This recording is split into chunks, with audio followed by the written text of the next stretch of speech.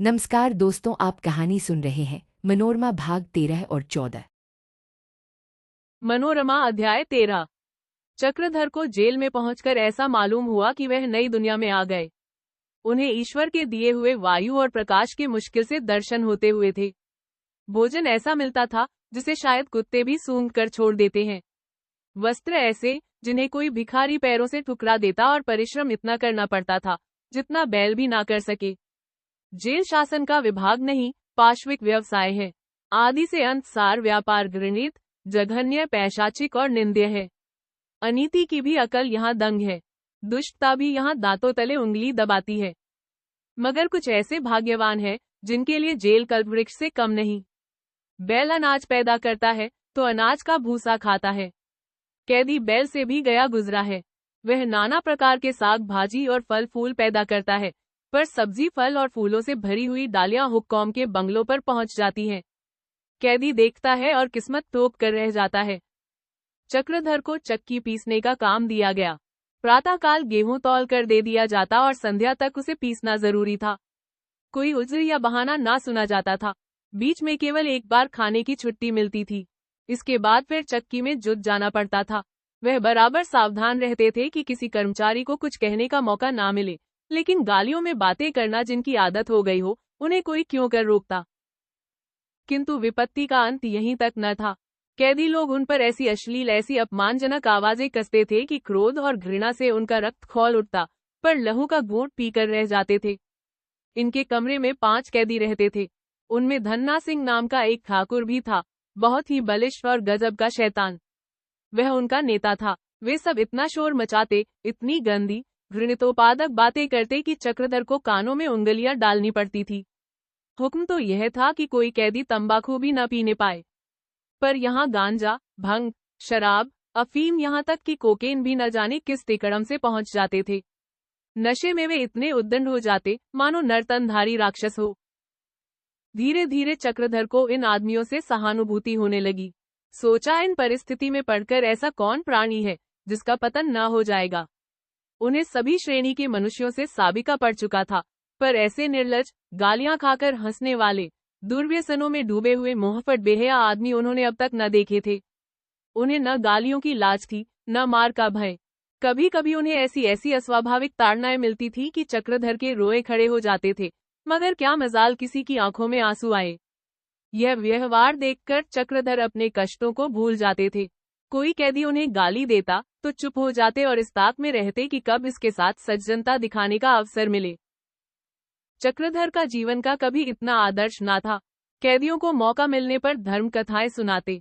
इन कथाओं को कैदी लोग इतने चाव से सुनते मानो एक एक शब्द उनके हृदय पर अंकित हो जाता था। किंतु इसका असर बहुत जल्दी मिट जाता था, इतनी जल्दी कि आश्चर्य होता था। उधर कथा हो रही है और इधर लात मौके चल रहे हैं। कभी कभी वे इन कथाओं पर अविश्वासपूर्ण टीकाएं करते और बात हंसी में उड़ा देते हैं, पर अभिव्यक्तिपूर्ण आलोचनाएं सुनकर भी चक्रधर हताश ना होते। शनैः शनैः उनकी भक्ति चेतना स्वयं अदृश्य होती जाती थी। इस भांति कई महीने गुजर गए। एक दिन संध्या समय चक्रधर दिन भर के कठिन श्रम के बाद बैठे संध्या कर रहे थे कि कई कैदी आपस में बातें करते हुए निकले। आज दरोगा की खबर लेनी चाहिए। जब देखो गालियां दिया करता है। ऐसा मारो कि जन्म पर को दाग हो जाए।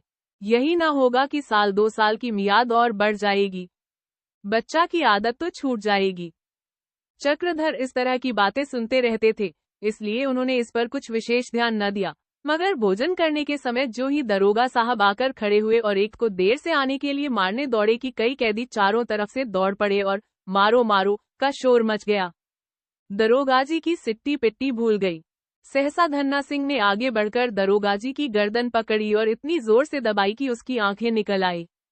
चक्रधर ने देखा, अब अनर्थ हुआ जाता है, तो तीर की तरह झपटे कैदियों के बीच में घुसकर धन्ना सिंह का हाथ पकड़ लिया और बोले, क्या करते हो? धन्ना सिंह, हट जाओ सामने से, नहीं तो सारा बाबूपन निकाल दूंगा। पहले इससे पूछो, अब तो किसी को गालियां न देगा, मारने को न दौड़ेगा। दरोगा, कसम कुरान की, जो कभी मेरे मुंह से गाली का एक हर्फ भी निकले।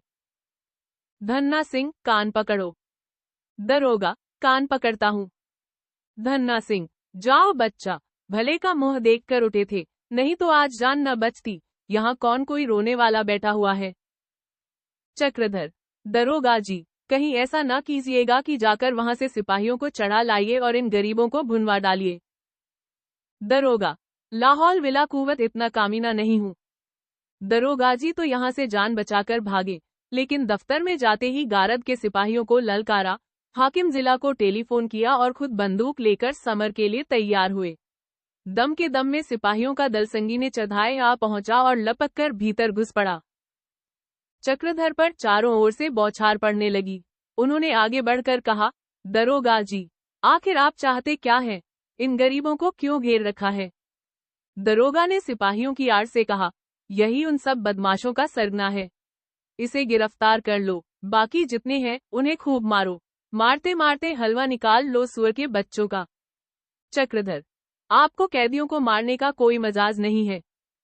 सिपाही कैदियों पर टूट पड़े और उन्हें बंदूकों के कुंदों से मारना शुरू किया। कैदियों में खलबली पड़ गई। कुछ इधर उधर से फावड़े, कुदाले और पत्थर ला लाकर लड़ने पर तैयार हो गए। मौका नाजुक था। चक्रधर ने बड़ी दीनता से कहा, मैं आपको फिर समझाता हूँ। दरोगा, चुप रह सुअर का बच्चा। इतना सुनना था कि चक्रधर बाज की तरह लपक कर दरोगाजी पर झपटे। कैदियों पर कुंदों की मार पड़नी शुरू हो गई थी। चक्रधर को बढ़ते देखकर उन सबों ने पत्थरों की वर्षा शुरू की। भीषण संग्राम होने लगा।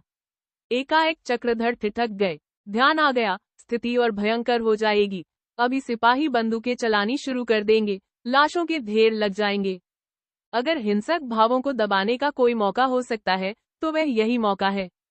ललकार कर बोले, पत्थर न फेंको, पत्थर न फेंको, सिपाहियों के हाथों से बंदूक छीन लो। सिपाहियों ने संगीनें चढ़ानी चाही, लेकिन उन्हें इसका मौका न मिल सका। एक एक सिपाही पर 10-10 कैदी टूट पड़े और दम के दम में उनकी बंदूकें छीन ली। यह सब कुछ 5 मिनट में हो गया। ऐसा दांव पड़ा कि वही लोग जो जरा देर पहले हेकड़ी जताते थे, खड़े दया प्रार्थना कर रहे थे, गिड़गिड़ाते थे, मत्थे टेकते थे और रोते थे। दरोगाजी की सूरत तस्वीर खींचने योग्य थी। चेहरा फकर, हवाइयां उड़ी हुई, थर थर कांप रहे थे कि देखें जान बचती है या नहीं। कैदियों ने देखा इस वक्त हमारा राज्य है तो पुराने बदले चुकाने पर तैयार हो गए। धन्ना सिंह लपका हुआ दरोगा के पास आया और जोर से धक्का देकर बोला, क्यों साहब, उखाड़ लो दाढ़ी का एक एक बाल। चक्रधर, धन्ना सिंह, हट जाओ। धन्ना सिंह, मरना तो है ही, अब इन्हें क्यों छोड़े। चक्रधर, मेरे देखते तो यह अनर्थ न होने पाएगा। हाँ, मर जाऊं तो जो चाहे करना। धन्ना सिंह, अगर ऐसे बड़े धर्मात्मा हो तो इनको क्यों नहीं समझाया? देखते नहीं हो कितने सांसत होती है। इतने में सदर फाटक पर शोर मचा। जिला मजिस्ट्रेट मिस्टर जिम सशस्त्र पुलिस के सिपाही और अफसरों के साथ आ पहुंचे थे। दरोगाजी ने अंदर आते वक्त किवाड़ बंद कर लिए थे, जिससे कोई कैदी भागने न पाए। यह शोर सुनते ही चक्रधर समझ गए कि पुलिस आ गई है। बोले, अरे भाई, क्यों अपनी जान के दुश्मन बने हुए हो? बंदूकें रख दो और फौरन जाकर किवाड़ खोल दो, पुलिस आ गई। धन्ना सिंह, कोई चिंता नहीं, हम भी इन लोगों का वारा न्यारा किए डालते हैं। मरते ही हैं तो 2-4 कुमार को मार के मरे। कैदियों ने फौरन संगीनें चढ़ाई और सबसे पहले धन्ना सिंह दरोगा जी पर झपटा। करीब था कि संगीत की नोक उसके सीने में चुभे कि चक्रधर यह कहते हुए धन्ना सिंह ईश्वर के लिए दरोगा जी के सामने आकर खड़े हो गए। धन्ना सिंह वार कर चुका था। चक्रधर के कंधे पर संगीन का भरपूर हाथ पड़ा। आधी संगीन धंस गई। दाहिने हाथ के कंधे को पकड़कर बैठ गए। कैदियों ने उन्हें गिरते देखा तो होश उड़ गए। आकर उनके चारों तरफ खड़े हो गए। घोर अनर्थ की आशंका ने उन्हें स्तंभित कर दिया। भगत को चोट आ गई, ये शब्द उनकी पशुवृत्तियों को दबा बैठे। धन्ना सिंह ने बंदूक फेंक दी और फूट फूट कर रोने लगा। ग्लानि के आवेश में बार बार चाहता है कि वही संगीन अपनी छाती में चुभा ले, लेकिन कैदियों ने इतने जोर से उसे जकड़ रखा था कि उसका कुछ बस नहीं चलता। दरोगा ने मौका पाया तो सदर फाटक की तरफ दौड़े कि उसे खोल दूं। धन्ना सिंह ने देखा तो एक ही झटके में वह कैदियों के हाथों से मुक्त हो गया और बंदूक उठाकर उनके बीच दौड़ा। करीब था कि दरोगाजी पर फिर वार पड़े कि चक्रधर फिर संभल कर उठे और एक हाथ से अपना कंधा पकड़े लड़खड़ाते हुए चले। धन्ना सिंह ने उन्हें आते देखा तो उसके पांव रुक गए। भगत अभी जीते हैं, इसकी उसे इतनी खुशी हुई कि वह बंदूक लेकर पीछे की ओर चला और उनके चरणों पर सिर रखकर रोने लगा। चक्रधर ने कहा, सिपाहियों को छोड़ दो। धन्ना जी बहुत अच्छा भैया, तुम्हारा जी कैसा है? सहसा मिस्टर जिम सशस्त्र पुलिस के साथ जेल में दाखिल हुए। उन्हें देखते ही सारे कैदी भय से भागे। केवल 2 आदमी चक्रधर के पास खड़े रहे थे। धन्ना सिंह उनमें एक था। सिपाही जिन बातों को वह पहले धकोसला समझती थी, उन्हीं बातों में अब उसकी आत्मा को शांति मिलती थी। कमजोरी ही में हम लकड़ी का सहारा लेते हैं। चक्रधर तो अस्पताल में पड़े थे। इधर उन पर नया अभियोग चलाने की तैयारियां हो रही थी। जो ही वह चलने फिरने लगे, उन पर मुकदमा चलने लगा। जेल के भीतर ही इजलास होने लगा। ठाकुर गुरु हरसेवक जोशी आजकल डिप्टी मजिस्ट्रेट थे। उन्हीं को यह मुकदमा सुपुर्द किया गया। ठाकुर साहब सरकारी काम में जरा भी रियायत न करते थे, लेकिन यह मुकदमा पाकर वह संकट में पड़ गए। अगर चक्रधर को सजा देते हैं तो जनता में मोह दिखाने लायक नहीं रहते। मनोरमा तो शायद उनका मुंह भी न देखे। छोड़ते हैं तो अपने समाज में तिरस्कार होता है, क्योंकि वहां सभी चक्रधर से खार खाए बैठे थे। मुकदमे को पेश हुए आज 3रा दिन था। गुरु हरदेव सेवक बरामदे में बैठे सावन की रिमझिम वर्षा का आनंद उठा रहा था। सहसा मनोरमा मोटर से उतरकर उनके समीप कुर्सी पर बैठ गई। गुरु सेवक ने पूछा, कहाँ से आ रही हो? मनोरमा, घर से ही आ रही हूँ। जेल वाले मुकदमे में क्या हो रहा? गुरु सेवक, अभी तो कुछ नहीं हुआ, गवाहों के बयान हो रहे हैं। मनोरमा, बाबूजी पर जुर्म साबित हो गया। गुरु सेवक, जुर्म का साबित होना या न होना दोनों बराबर है और मुझे मुल्जिमों को सजा करनी पड़ेगी। अगर बरी कर दूंगा तो सरकार अपील करके उन्हें फिर सजा दिला देगी। हाँ, मैं बदनाम हो जाऊंगा। मेरे लिए यह आत्मबलिदान का प्रश्न है। सारी देवता मंडली मुझ पर कुपित हो जाएगी। मनोरमा, बाबूजी के लिए सजा का 2-1 साल बढ़ जाना कोई बात नहीं। वह निरापराध है और यह विश्वास उन्हें तस्कीन देने को काफी है। लेकिन तुम कहीं के न रहोगे। तुम्हारे देवता भले तुमसे भले ही संतुष्ट हो जाए, पर तुम्हारी आत्मा का सर्वनाश हो जाएगा। गुरु सेवक, चक्रधर बिल्कुल बेकसूर तो नहीं है। पहले पहल जेल में के दरोगा पर वही गर्म पड़े थे। वह उस वक्त जब्त कर जाते तो यह फिसाद न खड़ा होता। मनोरमा, उन्होंने जो कुछ किया वही उनका धर्म था। आपको अपने फैसले में साफ साफ लिखना चाहिए कि बाबूजी बेकसूर हैं। आपको सिफारिश करनी चाहिए कि महान संकट में अपने प्राणों को हथेली पर लेकर जेल के कर्मचारियों की जान बचाने के बदले में उनकी मियाद हटा दी जाए। गुरु सेवक ने अपनी नीचता को मुस्कुराहट से छिपाकर कहा, आग में कूद पड़ूं। मनोरमा, धर्म की रक्षा के लिए आग में कूद पड़ना कोई नई बात नहीं है। आखिर आपको किस बात का डर है? यही ना कि आपसे नाराज हो जाएंगे। आप शायद डरते हो कि कहीं आप अलग न कर दिया जाए। इसकी जरा भी चिंता ना कीजिए। गुरु सेवक अपनी स्वार्थपरता पर झेपते हुए बोले, नौकरी की मुझे परवाह नहीं मनोरमा। मैं लोगों के कमीनेपन से डरता हूँ। इनका धर्म, इनकी राजनीति, इनका न्याय, इनकी सभ्यता केवल एक शब्द में आ जाती है और वह शब्द है स्वार्थ। जानता हूँ यह मेरी कमजोरी है, पर क्या करूँ, मुझ में तो इतना साहस नहीं। मनोरमा, भैया जी, आप यह सारी शंका निर्मूल है। गवाहों के बयान हो गए कि नहीं?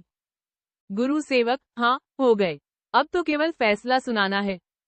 मनोरमा, तो लिखिए। मैं बिना लिखवाए यहाँ से जाऊंगी ही नहीं। यही इरादा करके आ जाई हूँ। दौड़ा दूसरी मोटर आ पहुंची। इस पर राजा साहब बैठे हुए थे। गुरु सेवक बड़े तपाक से उन्हें लेने दौड़े। राजा ने उनकी ओर विशेष ध्यान न दिया। मनोरमा के पास आकर बोले, तुम्हारे घर से चला रहा हूँ। वहां पूछा तो मालूम हुआ कहीं गई हो, पर यह तो किसी को मालूम न था कि कहाँ। वहां से पाक गया, पाक से चौक पहुंचा, सारे जमाने की खाक छानता हुआ यहाँ पहुंचा हूँ। मैं कितनी बार कह चुका हूँ कि घर से चला करो तो जरा बतला दिया करो। यह कहकर राजा साहब ने मनोरमा का हाथ आहिस्ता से पकड़ लिया और उसे मोटर की तरफ खींचा। मनोरमा ने एक झटके से अपना हाथ छुड़ा लिया और बोली, मैं न जाऊंगी। राजा, आखिर क्यों? मनोरमा, अपनी इच्छा। गुरु सेवक, हुजूर, यह मुझसे जबरदस्ती जेल वाले मुकदमे का फैसला लिखवाने बैठी हुई है। कहती है बिना लिखवाए न जाऊंगी। गुरु सेवक ने यह बात दिल लगी से कही थी, पर समयोचित बात उनके मुंह से कम निकली। मनोरमा का मुंह लाल हो गया। समझी कि यह मुझे राजा साहब के सम्मुख गिराना चाहते हैं। तंग कर बोली, हाँ, इसलिए बैठी हूँ। तो फिर आपको यह कहते हुए शर्म आनी चाहिए थी।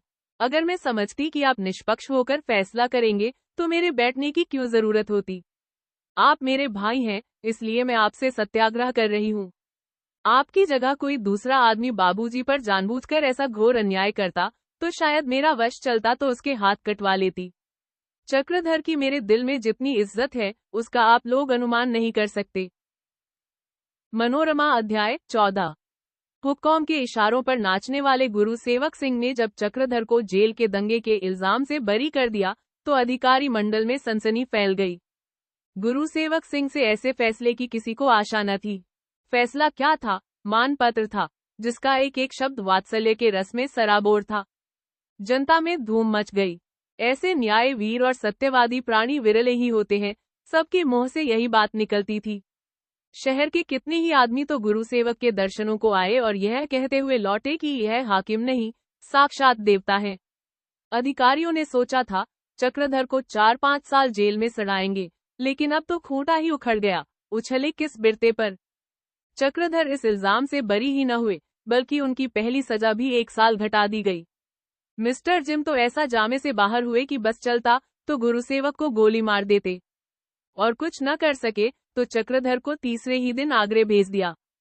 कर्मचारियों को सख्त ताकीद कर दी गई थी कि कोई कैदी उनसे बोलने तक न पाए, कोई उनके कमरे के द्वार तक भी न जाने पाए, यहाँ तक कि कर्मचारी भी उनसे न बोले। साल भर में 10 साल की कैद का मजा चखाने की हिम्मत सोच निकाली थी। मजा यह कि इस धुन में चक्रधर को कोई काम भी न दिया। बस 8 पहर उसी 4 हाथ लंबी और 3 हाथ चौड़ी कोठरी में पड़े रहो। चक्रधर के विचार और भाव इतनी जल्दी बदलते रहते थे कि कभी उन्हें भ्रम होने लगता था कि मैं पागल तो नहीं हुआ जा रहा हूँ। अंत को उस अंतर्द्वंद में उनकी आत्मा ने विजय पाई। मन पर आत्मा का राज्य हो गया।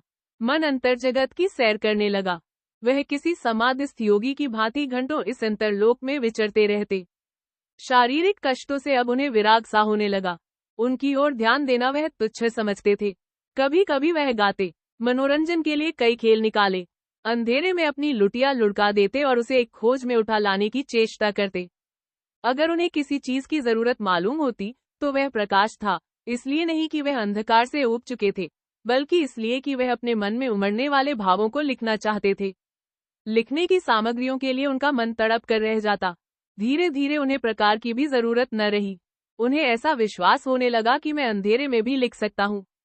लेकिन लिखने का सामान नहीं, बस यही एक ऐसी चीज थी जिसके लिए वह कभी कभी विकल हो जाते। चक्रधर के पास कभी कभी एक बूढ़ा वार्डर भोजन लाया करता था। वह बहुत ही हंसमुख आदमी था। चक्रधर की प्रसन्न मुझ देखकर 2-4 बातें कर लेता था। उससे उन्हें बंधुत्व सा हो गया था। वह कई बार पूछ चुका था कि बाबूजी चरस तंबाकू की इच्छा हो, हमसे कहना। चक्रधर को ख्याल आया, क्यों न उससे एक पेंसिल और थोड़े से कागज के लिए कहूँ। कई दिनों तक तो वह संकोच में पड़े रहे कि उससे कहूँ या नहीं। आखिर एक दिन उनसे न रहा गया, पूछ ही बैठे, क्यों जमादार, यहाँ कहीं कागज पेंसिल न मिलेगी? वार्डन ने सतर्क भाव से कहा, मिलने को तो मिल जाएगा, पर किसी ने देख लिया तो। इस वाक्य ने चक्रधर को संभाल लिया। उनकी विवेक बुद्धि, जो क्षण भर के लिए मोह में फंस गई थी, जाग उठी। बोले, नहीं, मैं यूं ही पूछता था। इसके बाद वार्डन ने फिर कई बार पूछा, कहो तो पेंसिल कागज ला दूं। मगर चक्रधर ने हर दफा यही कहा, मुझे जरूरत नहीं। बाबू यशोदानंदन को ज्यों ही मालूम हुआ कि चक्रधर आगरा जेल में आ गए हैं, वह उनसे मिलने की कई बार चेष्टा कर चुके थे, पर आज्ञा न मिलती थी। साधारणतः कैदियों को 6ठे महीने अपने घर के किसी प्राणी से मिलने की आज्ञा मिल जाती थी। चक्रधर के साथ इतनी रियायत भी न की गई थी, पर यशोदानंदन अवसर पड़ने कर खुशामद भी कर सकते थे। अपना सारा जोर लगाकर अंत में उन्होंने आज्ञा प्राप्त कर ही ली, अपने लिए नहीं, अहिल्या के लिए। उस विरहिणी की दशा दिनों दिन खराब होती जा रही थी। जब से चक्रधर ने जेल में कदम रखा, उसी दिन से वह कैदियों की सी जिंदगी बसर करने लगी। ईश्वर में पहले भी उसकी भक्ति कम न थी, अब तो उसकी धर्म निष्ठा और बढ़ गई। जब वह हाथ जोड़कर आंखें बंद करके ईश्वर से प्रार्थना करती, तो उसे ऐसा मालूम होता कि चक्रधर स्वयं मेरे सामने खड़े हैं। उसे अनुभव होता था कि मेरी प्रार्थना उस मात्र स्नेहपूर्ण आंचल की भांति जो बालक को धक लेता है, चक्रधर की रक्षा करती रहती है। जिस दिन अहिल्या को मालूम हुआ कि चक्रधर से मिलने की आज्ञा मिल गई है, उसे आनंद के बदले भय होने लगा। यह भी शंका होती थी कि कहीं मुझे उनके सामने जाते ही मूर्छा न आ जाए, कहीं मैं चिल्ला चिल्लाकर रोने न लगूं। प्रातः काल उसने उठकर स्नान किया और बड़ी देर तक बैठी वंदना करती रही। फिर यशोदानंदन जी के साथ गाड़ी में बैठकर जेल चली गई। जेल में पहुंचते ही एक औरत ने उसकी तलाशी ली और उसे पास के एक कमरे में ले गई। उसका कलेजा धड़क रहा था। उस स्त्री को अपने समीप बैठे देखकर उसे कुछ धांधस हो रहा था, नहीं तो शायद वह चक्रधर को देखते ही उनके पैरों से लिपट जाती। सिर झुकाए बैठी थी कि चक्रधर 2 चौकीदारों के साथ कमरे में आते। उनके सिर कर कंटोप था और देह पर आधी आस्तीन का कुर्ता, पर मुख पर आत्मबल की ज्योति झलक रही थी। उनका रंग पीला पड़ गया था, दाढ़ी के बाल बड़े हुए थे और आंखें भीतर को घुसी हुई थी, पर मुख पर एक हल्की मुस्कुराहट खेल रही थी। अहल्या उन्हें देखकर चौंक पड़ी। उसी आंखों से बेअख्तियार आंसू निकल आए। शायद कहीं और देखती तो पहचान भी न सकती। घबराई सी उठकर खड़ी हो गई। अब 2 के दोनों खड़े हैं, दोनों के मन में हजारों बातें हैं, उद्वार पर उद्वार उठते हैं। दोनों एक दूसरे को कनखियों से देखते हैं, पर किसी के मुंह से शब्द नहीं निकलता। अहिल्या सोचती है, क्या पूछे? इनका एक एक अंग अपनी दशा आप सुना रहा है। चक्रधर भी यही सोचते हैं, क्या पूछूं? उसका एक एक अंग उसकी तपस्या और वेदना की कथा सुना रहा है। इसी असमंजस और कंठावरोध की दशा में खड़े खड़े दोनों को 10 मिनट हो गए। यहाँ तक कि उस लेडी को उनकी दशा पर दया आई। घड़ी देखकर बोली, तुम लोग यूं ही कब तक खड़े रहोगे? 10 मिनट गुजर गए, केवल 10 मिनट बाकी हैं। चक्रधर मानो समाधि से जाग उठे। बोले, अहिल्या, तुम इतनी दुबली हो, बीमार हो क्या? अहिल्या ने सिसकियों को दबाकर कहा, नहीं तो, मैं बिल्कुल अच्छी हूँ, आप अलबत्ता इतने दुबले हो गए हैं कि पहचाने नहीं जाते।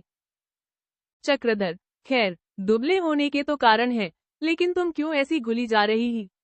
कम से कम अपने को इतना तो बनाए रखो कि जब मैं छूट कर आऊं तो मेरी कुछ मदद कर सको।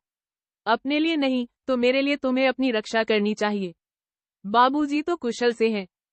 अहिल्या, हाँ, आपको बराबर याद करते हैं, मेरे साथ वह भी आए हैं। पर यहाँ नहीं, आजकल स्वास्थ्य भी बिगड़ गया है, पर आराम न करने की उन्होंने कसम खा ली है। बूढ़े ख्वाजा महमूद से न जाने किस बात पर अनबन हो गई है। आपके चले जाने के बाद कई महीने तक खूब मेल रहा, लेकिन अब फिर वही हाल है। अहिल्या ने वे बातें महत्व की समझकर न कही, बल्कि इसलिए कि वह चक्रधर का ध्यान अपनी तरफ से हटा देना चाहती थी। चक्रधर विरक्त होकर बोले, दोनों आदमी फिर धर्मांधता के चक्कर में पड़ गए होंगे। जब तक हम सच्चे धर्म का अर्थ न समझेंगे, हमारी यही दशा रहेगी। घर का तो कोई समाचार न मिला होगा। अहिल्या, मिला क्यों नहीं, बाबूजी हाल ही में काशी गए थे। जगदीशपुर के राजा साहब ने आपके पिताजी को 60 मासिक बांध दिया है। आपकी माताजी रोया करती हैं। छोटी रानी साहिबा की आपके घर वालों पर विशेष कृपा दृष्टि है। चक्रधर ने विस्मित होकर पूछा, छोटी रानी साहिबा कौन? अहिल्या, रानी मनोरमा, अभी थोड़े दिन हुए राजा साहब का विवाह हुआ है। चक्रधर, यह तो बड़ी दिल्लगी हो गई, मनोरमा का विवाह विशाल सिंह के साथ। मुझे तो अब भी विश्वास नहीं आता, बाबूजी ने नाम बताने में गलती की होगी। अहिल्या, बाबूजी को स्वयं आश्चर्य हो रहा था। काशी में भी लोगों को बड़ा आश्चर्य है। मनोरमा ने अपनी खुशी से विवाह किया है, कोई दबाव न था। सुनती हूँ, राजा साहब बिल्कुल उसकी मुट्ठी में है। जो कुछ वह कहती है, वही होता है। बाबूजी चंदा मांगने गए थे, तो रानी जी ने ही 5000 दिए। बहुत प्रसन्न मालूम होती थी। सहसा लेडी ने कहा, वक्त पूरा हो गया। चक्रधर क्षण भर भी और न ठहरे, अहिल्या को तृष्णापूर्ण नेत्रों से देखते हुए चले गए। अहिल्या ने सजल नेत्रों से उन्हें प्रणाम किया और उनके जाते ही फूट फूट कर रोने लगी। मनोरमा उपन्यास भाग 13 और 14 समाप्त हुई। 15 और 16 अगले भाग में सुने कहानी समाप्त हुई। आपको यह कहानी कैसी लगी कमेंट बॉक्स में लिखकर जरूर बताएं। धन्यवाद।